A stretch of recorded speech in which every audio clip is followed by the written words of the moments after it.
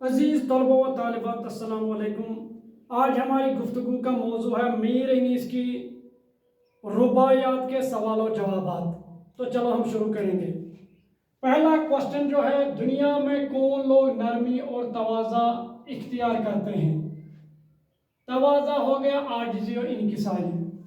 دنیا میں وہ لوگ نرمی اور تواضع اختیار کرتے ہیں جن کو خدا نے بڑا رتبہ عطا کیا ہو، جن لوگوں کو اللہ تعالیٰ نے بڑا مرتبہ عطا کیا ہو وہی تواضع اختیار کرتے ہیں، تواضع نرمی۔ دوسرا کوشچن ہے، دوسری رباعی کا خلاصہ اپنے الفاظ میں لکھیے۔ اب اس کا آنسر ہے، شاعر اللہ سے مخاطب ہو کر عرض کرتا ہے کہ اے اللہ، تو اپنے بندوں پر ان کے ماں باپ سے بھی زیادہ مہربان ہے۔ تمہاری محبت و شفقت ماں باپ کی محبت و شفقت سے بھی زیادہ ہے۔ تیری رحمت کی وسعت تیرے غضب پر حاوی ہے۔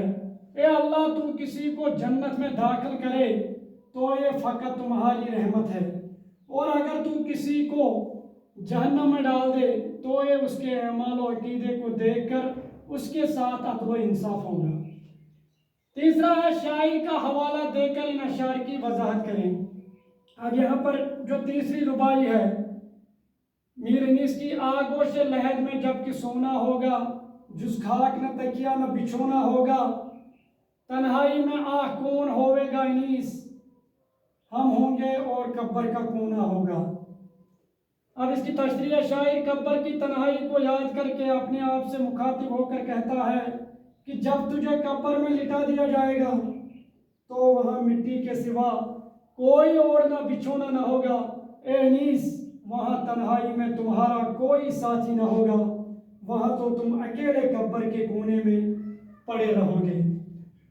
تو اس رباعی کے صرف 3 کوشچن تھے، اس میں 2 کوشچن بالکل 2 رباعیات کی تشریح اور ایک ہے پہلے رباعی کا کہ کون لوگ تواضع اختیار کرتے ہیں، تواضع نرمی، جن کو اللہ تعالیٰ بڑا رتبہ عطا کرتا ہے۔